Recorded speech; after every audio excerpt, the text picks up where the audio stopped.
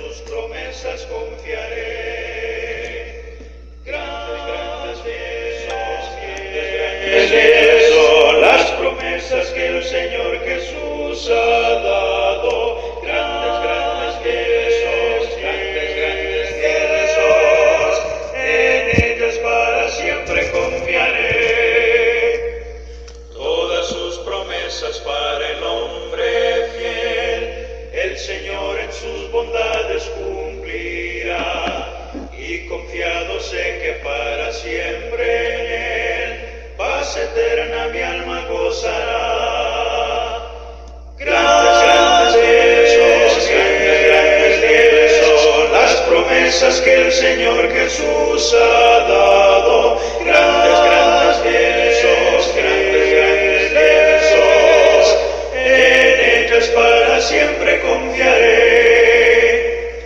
Todas las promesas del Señor serán gozo y fuerza en nuestra vida terrenal. Ellas en la dura lid nos sostendrán y triunfar podremos sobre el mal. Grandes son las promesas que el Señor Jesús ha dado. Grandes son, en ellas para siempre confiaré.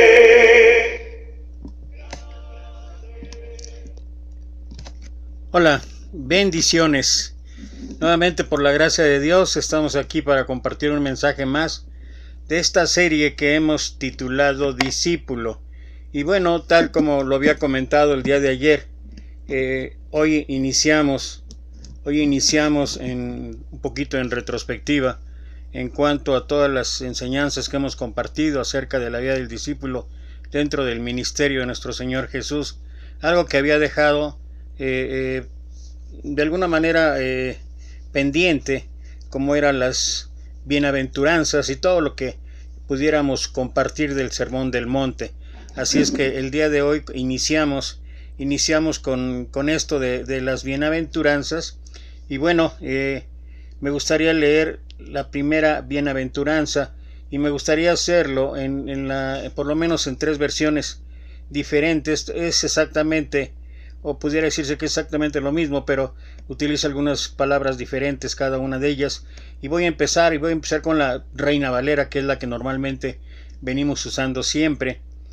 Dice Mateo capítulo 5 versículo 1: Viendo la multitud subió al monte, y sentándose vinieron a él sus discípulos, y abriendo su boca les enseñaba diciendo, y esta es la primera bienaventuranza: Bienaventurados los pobres en espíritu, porque de ellos es el reino de los cielos. En la traducción lenguaje actual solamente voy a leer el versículo 3. Dios bendice a los que confían totalmente en Él, pues ellos forman parte de su reino.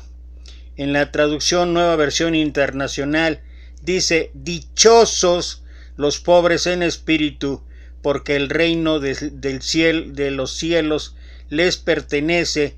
Y finalmente la traducción la Nueva Traducción Viviente dice: Dios bendice a los que son pobres en espíritu y se dan cuenta de la necesidad que tienen de Él, porque el reino del cielo les pertenece. En una otra forma, lo que traduce tanto una como otra versión en cuanto a la bienaventuranza es que si tú vas al original griego puede significar dichoso, puede significar feliz, o puede significar en un modo contentamiento, alegría, felicidad. ¿Y quiénes son los que pueden ser felices, dichosos? Dice: los pobres en espíritu. ¿Y cómo es que pueden ser dichosos, felices, contentos? Porque, como dice acá en la Nueva Traducción Viviente, los que se dan cuenta de la necesidad que tienen de Él, y de esa manera dice: porque el reino del cielo les pertenece. Entonces, la primera bienaventuranza tiene que ver con la actitud que cada uno de nosotros tenemos en relación a nuestra vida, sobre todo nuestra vida espiritual delante de Dios, y la necesidad que cada uno de nosotros tenemos de Dios. Pero vale la pena reflexionar, y vale la pena analizar un poquito todo lo que tiene que ver en torno a esta primera bienaventuranza que el Maestro nos comparte. ¿Quién es el pobre en espíritu? El Maestro comienza las bienaventuranzas con una declaración muy profunda, declarando que gozan de felicidad otorgada por Dios aquellos que son calificados como pobres en espíritu, porque de ellos es el reino de los cielos. Este calificativo de nuestro Señor Jesucristo, pobres en espíritu, no parece ser la primera de las bienaventuranzas por casualidad. Todo pareciera tener un orden divino. Jesús se refiere a una categoría nueva de pensamiento, pobres en espíritu. Era de esperar que aquella multitud que le rodeaba, sumergido bajo el yugo del Imperio Romano, estuviesen anhelando un rey político que los libertara de su pobreza y de su desgracia económica. Muy probable que muchos no entendieron para nada este concepto de ser pobres en espíritu. El Maestro se refiere a un nuevo tipo de pobres, a otro tipo de pobreza, dejando en sus pensamientos una profundidad teológica que nunca antes ninguno de ellos había escuchado y que viene a ser fresca y profunda para nosotros ahora en pleno siglo XXI. Ser pobres en espíritu significa un vacío total en el corazón humano. Es tener sed de Dios y una comprensión profunda de que nuestras más sublimes obras de piedad no son méritos que nos permitan alcanzar cierta bondad divina. Es comprender nuestra naturaleza pecaminosa, es sentirnos débiles y minados por el cáncer del pecado. Pobres en espíritu es estar conscientes de la pobreza espiritual que hemos heredado por una rebelión que comenzó desde hace siglos en el huerto del Edén y que todos somos parte de esa rebeldía. Solamente recordar Romanos 3:23, por cuanto todos pecaron y están destituidos de la gracia de Dios. Cuando el hombre es pobre de espíritu, tiene hambre y sed de Dios, está bien consciente de que no solo de pan vivirá el hombre. Somos seres espirituales, criaturas creadas por Dios. Somos almas eternas que necesitamos del pan de vida y del agua viva que salte para vida eterna. Nuestros cuerpos carnales y terrenales tienen diversos apetitos: hambre física, sed física, higiene, sexo, descanso, ejercicios, trabajos, diversión, etcétera, etcétera, etcétera. Pero los pobres en espíritu sabemos que no podremos alimentar nuestras almas con cosas materiales, porque habremos de creernos ricos de espíritu y solo estaremos cabalgando hacia aquel lugar destinado a todos los que están en rebeldía en contra de Dios, según lo que describe Mateo capítulo 4, versículo 4.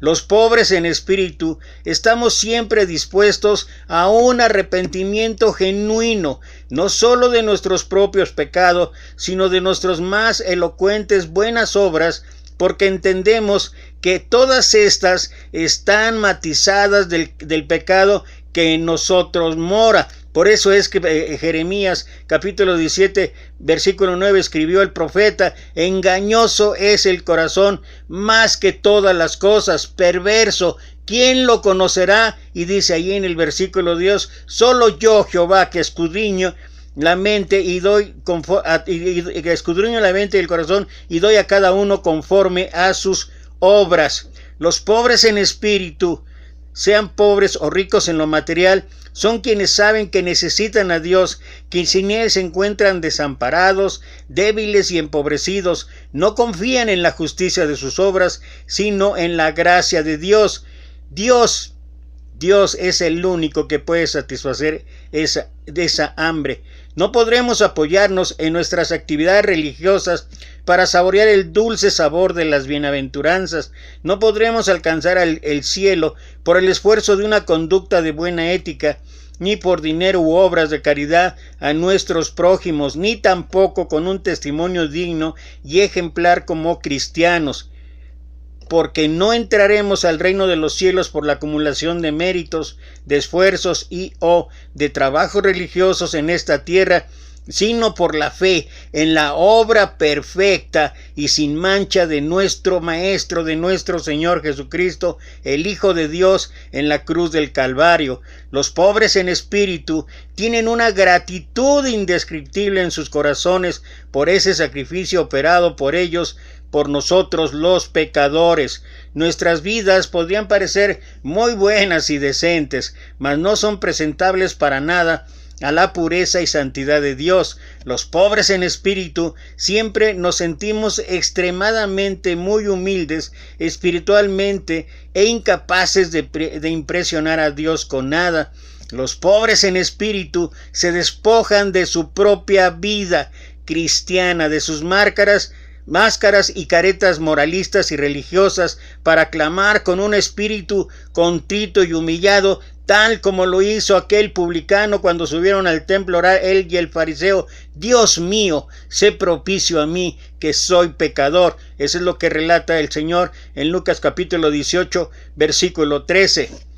¿Has venido con manos vacías a la presencia de Dios? Esto es parte de una pobreza espiritual. O quizá tienes buenas obras y un testimonio digno para sentir que mereces la vida eterna. Y creo que en este punto es cuando nosotros, sin percibirlo, a veces sin darnos cuenta, ya estamos caminando por esta vida como si no necesitásemos, como si no requiriéramos en nuestra vida la presencia de Dios, pero sobre todo la obra de Dios en todas y cada una de las cosas que llevamos a cabo, el entender y comprender una y otra vez y otra vez y otra vez que lo que hacemos, que lo que llevamos a cabo, que lo que hemos logrado, que lo que podamos realizar solamente es por la gracia de Dios y solamente es al poder de Dios. Es por eso que nosotros necesitamos frecuentemente hacer un examen que nos lleve a concluir de qué manera nosotros estamos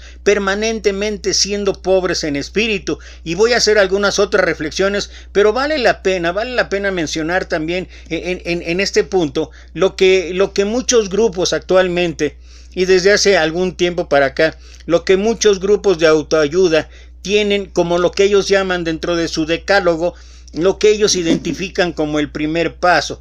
Ese primer paso, según la teoría de ellos, tiene que ver con primero reconocer la condición por la que estén pasando, la condición por la que estén viviendo, la condición que estén enfrentando. Si se trata de alcoholismo, se trata de drogadicción, se trata de neuróticos, comelones, etcétera, etcétera. Siempre el primer paso es reconocer en ese punto lo que su propia vida, lo que sus propias actitudes, pensamientos, acciones los han llevado a ese estado en que necesitan ayuda, y que solamente la ayuda va a empezar a fluir en sus vidas cuando ellos reconozcan lo mal que han estado, cuando ellos reconozcan su condición, cuando lo que, como dicen en algunos lados, necesitamos tocar fondo.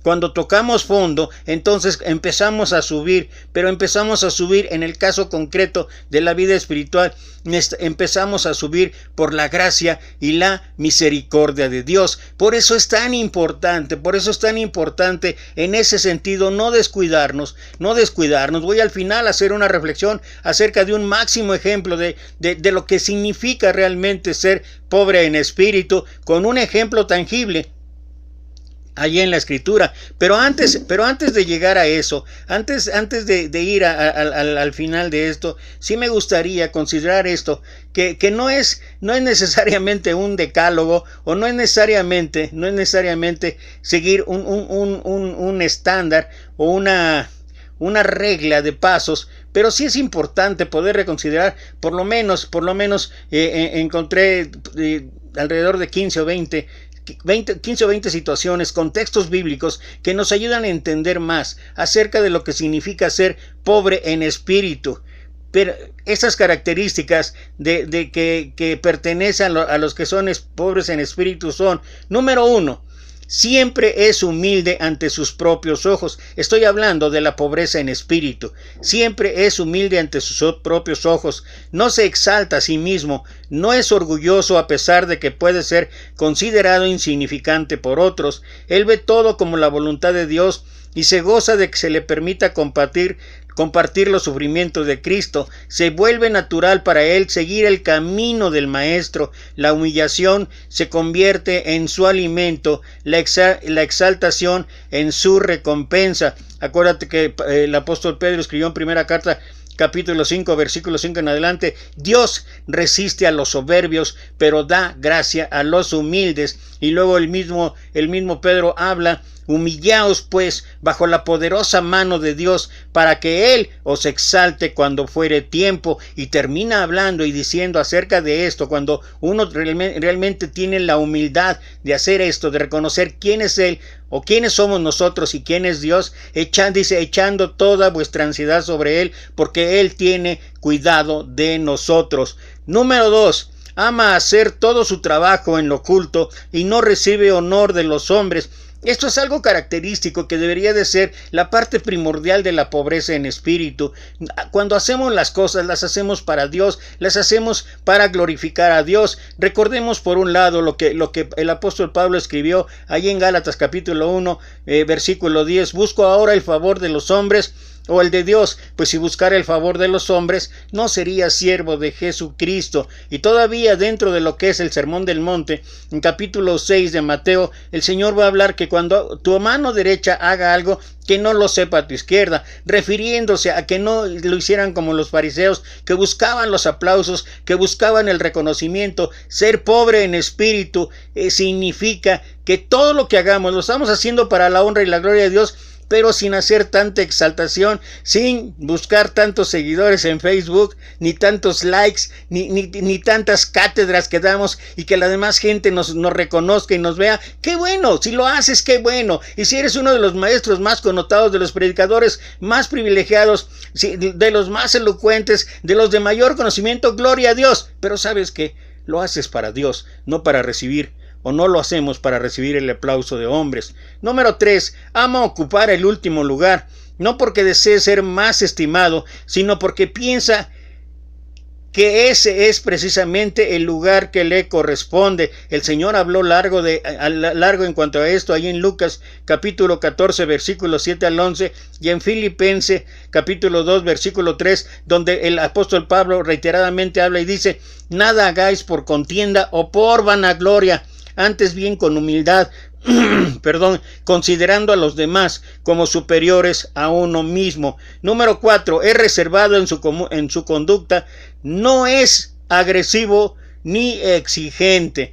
Y vaya que algunos de nosotros necesitamos entender esto, que la pobreza espiritual no tiene que ver con la amplitud de conocimientos teológicos, no tiene que ver con que tú sepas más que los demás, y que no tiene que ver que cuando tú haces alguna pregunta o cuando tú pones delante de los demás algún dilema, tú eres el que tenga siempre la razón, y si no, tienes la autoridad para descalificar a los demás como ignorantes o como carnales y como todo lo demás.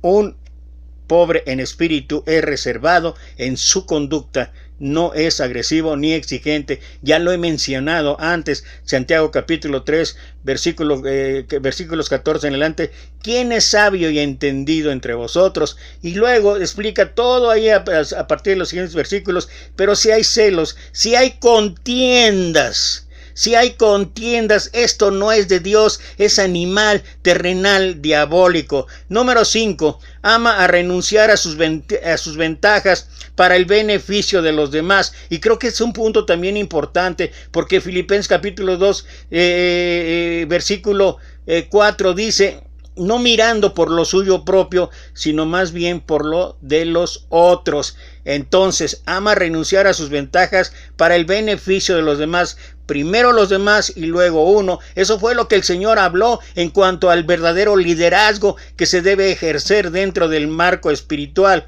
Número 6. No busca ser alguien grande, tanto en lo terrenal como en un nivel espiritual. Su único deseo es hacer la voluntad de Dios de minuto a minuto. Acuérdate Pablo lo que escribió en Romanos 14: ninguno vive para sí y ninguno muere para sí, porque si vivimos, para el Señor vivimos, y si morimos, para el Señor morimos. Sea que vivamos o muramos, del Señor somos, toda la gloria y toda la honra solamente le corresponde a Dios. Número 7. No busca ganar influencia con las personas, sin embargo, su anhelo es que las personas puedan estar bajo la influencia de Dios. Acuérdate cuando Pablo cuestionó a los corintios, ahí unos dicen que son de Apolos, otros dicen de esto, otros de Pablo. ¿Acaso Cristo está dividido? No. Puede ser que seas un hombre o seas una mujer que tenga influencia en los demás, pero esa influencia tiene que ser encaminada, tiene que ser llevada a que la gente busque con la mirada a Jesucristo, porque he visto que muchas de las personas, porque así somos los seres humanos, nos dejamos arrastrar más por la imagen personal, nos dejamos arrastrar más por la influencia del maestro, por la influencia del predicador, por la elocuencia, por el conocimiento, y cuando menos nos damos cuenta, en lugar de tener la mirada en Cristo, tenemos la mirada en el predicador. Y si me dicen que estoy mintiendo, la verdad, les puedo decir de veras, con conocimiento y causa, después de 25 años en que he visto por lo menos unas 45 congregaciones en el país, que la gente busca más el predicador a veces que al mismo Dios. Pueden mencionar con sus palabras a Dios, pero en realidad siempre buscan estar bien con Dios, con el predicador o con el maestro, pero el maestro terrenal. Y lo que tenemos que hacer aquellos que nos dedicamos a predicar, a enseñar, a compartir, a todas las cosas que tienen que ver con compartir la palabra de Dios, es siempre encaminar que la gente tenga la mirada en Jesucristo. Número 8. El tiempo es precioso para él. No tiene nada que perder, sin embargo, él está encima, en calma, y nunca es llevado a hacer nada a prisa. Mirad con diligencia cómo andéis, no como necios, sino como sabios, aprovechando bien el tiempo, porque los días son malos. O sea, debemos redimir el tiempo. Redimir el tiempo significa que cada cosa que sucede, todo tiene su tiempo, todo tiene su hora debajo del cielo. Entonces el que es pobre en espíritu tiene que estar consciente de que el tiempo es precioso para él, pero es precioso para darle la honra y la gloria a Dios. Número 9. Se santifica a sí mismo para que otros con su ejemplo pueden santificarse en la verdad. Cuando el maestro oró en Juan capítulo 17, esa larga oración allá en el jardín de Getsemaní, el Señor dice: santifícalos en tu verdad, porque tu palabra es verdad. Y cuando nosotros somos santificados en la verdad de Dios, debemos ser testimonio vivo, debemos ser un ejemplo para que otros también busquen ser santificados por Dios a través de su palabra. Número 10. Se niega a sí mismo para que su vida no sea de ninguna forma una ofensa para otros. El Maestro dijo ahí en Lucas 9:23, si alguno quiere venir en pos de mí, niéguese a sí mismo. Lo primero que tiene que hacer cada uno de los discípulos que desea ser pobre en espíritu es negarse a sí mismo. Ya no vivo yo, mas Cristo vive en mí. Número 11. Está satisfecho con la cruz que Dios le dio a cargar y no se queja cuando otros lo molestan. La segunda parte del versículo 23 de Lucas 9 dice: niéguese a sí mismo, tome su cruz, cualquiera que sea, en cualquier sentido. Le puedes buscar la explicación que quieras, pero la cruz es compromiso, la cruz es sacrificio, la cruz significa muchas cosas que tienen que ver con responsabilidades, pero recuerda que también la cruz es victoria.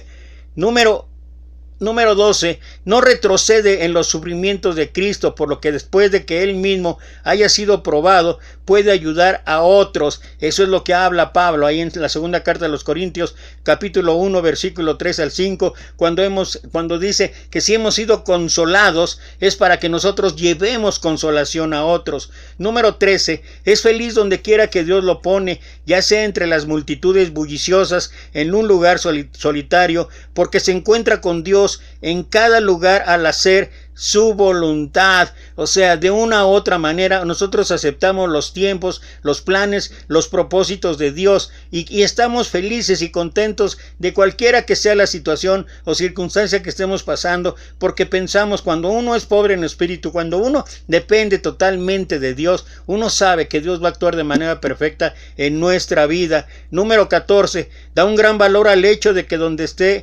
sea que esté o ha estado, los otros encontrarán solo la verdad en él, en la palabra, en el maestro. Entonces, Uno tiene que considerar que esto es de gran estima, ayudar a otros a buscar ese tesoro, a buscar ese que encuentran en cada uno en su campo y se ponen felices. Número 15. Su amor lo constriñe a contribuir el bien de los demás. Siente que está en deuda con todos. Su vida evoluciona como la vida de un servidor y está más que dispuesto a soportar las cargas de los demás. Cuando Pablo habla acerca si tu hermano fuere sorprendido en alguna falta, vosotros que sois espirituales, restauradle con espíritu de mansedumbre, considerando a ti mismo, no sea que tú también caigas. Y luego el versículo 2 de Gálatas 6 dice, sobrellevad los unos las cargas de los otros y cumplid así la ley de Cristo. Y creo que esta es una de las cosas en las que más tenemos que trabajar, sobre todo aquellos que somos responsables de encaminar, responsables de dirigir, responsables de instruir, de enseñar en la palabra a mucha gente. Esa es la responsabilidad que tenemos de contribuir siempre al bien de los demás. Número 16. Nunca sueña con cosas grandes, sino que presta atención a las cosas pequeñas. Ningún trabajo es insignificante y nadie es demasiado pequeño para ser servido. Cuando se trata de lavar los pies de los demás, tal como lo hizo el maestro, nosotros tenemos que aprender a hacer lo mismo, no importando las circunstancias, no importando lo que en un momento dado pudo haber ocurrido en nuestra vida. Y en verdad que uno piensa, ¿no? Hay veces que en el caso particular yo recuerdo algunas etapas de mi vida ministerial y digo, no quisiera ya pensar en eso porque no fue lo que yo pensaba, lo que yo quería, pero una de las cosas que me ha enseñado a Dios es que el tiempo me ayuda a comprender que yo también pude haber colaborado con malas actitudes para que ciertas circunstancias o situaciones ocurrieran en mi vida. Ahora mismo mi enfermedad, mis ojos y todo lo que estoy pasando, pues es reflejo de lo que en un momento dado me pude haber equivocado y puedo yo pensar o decir, pero Señor, estaba yo trabajando para tu obra y de veras que lo hacía bien. Eso es precisamente el orgullo, porque si lo podía hacer era por la gracia de Dios. Y entonces cuando pienso en esto, recuerdo, nunca hay que soñar con cosas grandes. Dios sabe, hay unas historias maravillosas, me llevaría mucho tiempo, pero hay una historia de 3 árboles y sus sueños que tenía. Algún día la contaré para que vean de qué manera se puede llegar a la grandeza dentro de los planes de Dios. Número 17. No discrimina y es servidor de todos, por lo tanto él va tan voluntariamente a donde prevalece la tristeza como a donde la alegría se desborda. Y yo creo que eso es algo que nos puede ayudar a entender y comprender que hay veces que tal vez tu ministerio no sea lo que tú esperabas, o no tengas las respuestas que tú buscabas, o no estés satisfecho con lo que llevas a cabo. Pero ¿sabes qué? Puedes ir a Marcos 9:35, 1 Corintios 9 del 19 al 23 y Romanos capítulo 12 versículo 16, donde la Escritura te va a dar respuesta cuando lleguen estos tiempos. Y entonces no discriminar y siempre por encima de todo ser servidor de los demás. Número 18. Vive su vida para darla como un sacrificio. Y yo creo que cuando el Señor les mostró cuál era, sabéis que los gobernantes se enseñorean sobre las naciones, pero entre vosotros no será así, sino que el que quiera ser el primero será el último, porque el Hijo del Hombre no vino para ser servido, sino para servir y dar su rescate por muchos. Número 19. Está dispuesto a pisar las espinas solo para poder consolar a los demás en sus sufrimientos. Y regresamos otra vez a lo que decía Pablo en 2 Corintios 1, 3 al 6, donde dice que hemos sido consolados para llevar consolación a otros. Y esa es nuestra misión. Seamos o no seamos dirigentes, líderes, seamos o no somos la obligación. Así que según tengamos oportunidad, hagamos bien a todos y mayormente a los de la familia de la fe. Y número 20. Y la última, su oído está abierto a la voz de Dios, no solo para su autosatisfacción, sino para hacer lo que ha escuchado. Santiago 1:22 dice que ya no seamos solamente oidores, sino hacedores de la palabra. La pobreza en espíritu es algo por lo que hay que luchar. Bienaventurados los pobres en espíritu, porque de ellos es el reino de los cielos. Y como dije antes, creo que incluso pensaba yo cuando reflexionaba acerca de todas esas cosas que estaba yo sacando para compartir, y decía, yo podría ponerlos como requisitos para ser pobre en espíritu, y entonces sí entrar al reino de Dios, o recibir el reino de Dios, así como lo hace mucha gente. Yo también tengo el derecho de que por eso no hay ancianos, no hay diáconos, porque nadie cubre los requisitos. Son los requisitos que están en las cartas pastorales, los deberes pastorales, y por eso nunca en la vida va a haber ancianos ni diáconos. ¿Por qué? Porque nadie va a cumplir esos requisitos. Pues si fuera el caso, si fuera la misma mentalidad, la misma situación, entonces pues nadie va a ser jamás pobre en espíritu, porque de acuerdo a lo que he leído, no porque yo lo establezca, sino porque de acuerdo a lo que significa la pobreza en espíritu, y cumplir todas y cada uno con los versículos que mencioné, ¿quién hay que lo pueda hacer? Todos en una u otra forma fallamos en alguna u otra en algún u otro paso. Entonces lo que tenemos que hacer es trabajar y trabajar y trabajar para que nuestra vida sea el reflejo de lo que realmente nuestro maestro quiso hablar o quiso decir al compartir esta primera bienaventuranza. A mí me encantan las reflexiones que he hecho en otras ocasiones, reflexiones cortas y que no me alcanza mucho el tiempo. Ahorita ya me volví a extender, pero ya voy a terminar, y me encanta el poder decir que los pobres en espíritu son mendigos en la cocina de Dios, mendigos esperando migajas ahí en la cocina de Dios. ¿Y qué crees?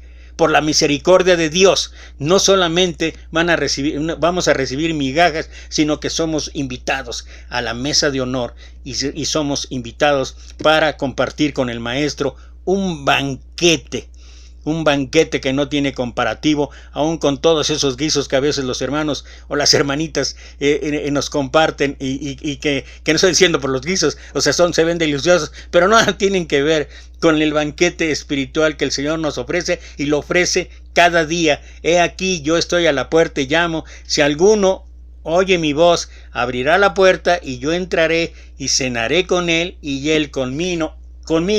Imagina una cena, una comida, un almuerzo, un desayuno con el Señor. ¡Wow! ¡Wow! Eso no tiene comparación. Pero ¿sabes qué? Cada uno de nosotros, cuando estamos trabajando en ser pobres en espíritu, de verdad que podemos disfrutar de este banquete cada día y a cada momento. Y voy a terminar, como dije al principio, con un ejemplo tangible, un ejemplo que está en la Escritura de alguien que puede hablar de a través de toda su consagración, a través de todo su ministerio, a seguir siendo hasta el final un pobre en espíritu. Estoy hablando del apóstol Pablo. Escribe allí en la carta a los Filipenses, capítulo 3, dice así la palabra de Dios, 3, versículo 1 en adelante, y lo estoy leyendo en la Reina Valera. Dice: por lo demás, hermanos, gozaos en el Señor. A mí no me es molesto el escribirlos las mismas cosas, y para vosotros es seguro. Guardaos de los perros, guardaos de los malos obreros, guardaos de los mutiladores del cuerpo, porque nosotros somos la circuncisión, los que en espíritu, o sea, la circuncisión espiritual, los que en espíritu servimos a Dios y nos gloriamos en Cristo Jesús, no teniendo confianza en la carne. Nota lo que dice Pablo: aunque yo tengo también, aquí es la parte importante, la parte de reflexión para nosotros, aunque yo tengo, dice Pablo, también de qué confiar en la carne. Si alguno piensa que tiene de qué confiar en la carne, yo más. Y mira lo que va a hablar el apóstol, mira la grandeza del apóstol. Dice: circuncidado al 8º día, del linaje de Israel, de la tribu de Benjamín, hebreo de hebreos, en cuanto a la ley, fariseo. O sea, en cuanto a celo, mira, dice: perseguidor de la iglesia, en cuanto a la justicia que es en la ley, irreprensible. Pero cuantas cosas eran para mí ganancias, las he estimado como pérdida por amor a Cristo. Y ciertamente aún estimo todas las cosas como pérdida por la excelencia del conocimiento de Cristo Jesús, mi Señor, por amor del cual lo he perdido todo y lo tengo por basura para ganar a Cristo. estaba encumbrado en una posición. Él fue el principal hostigador de los cristianos ahí en el primer siglo. Él pidió cartas para la persecución en todos lados, en todos los rincones, en todos los lugares. Pero cuando tuvo su encuentro con nuestro Maestro, con nuestro Señor Jesucristo, él entendió el camino errado que tenía. ¿Y sabes qué dijo?